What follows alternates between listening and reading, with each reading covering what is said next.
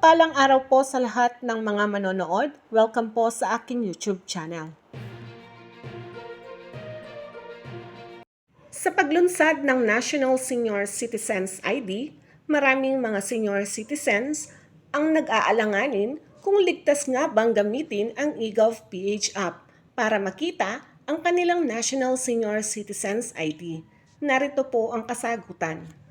Ang eGov.ph app ay gumagamit ng secure at encrypted technology para protektahan ang iyong personal na impormasyon. Mahigpit na paalala, huwag ibahagi ang iyong login details sa ibang tao at siguraduhin sa opisyal na eGov.ph ka mag-access.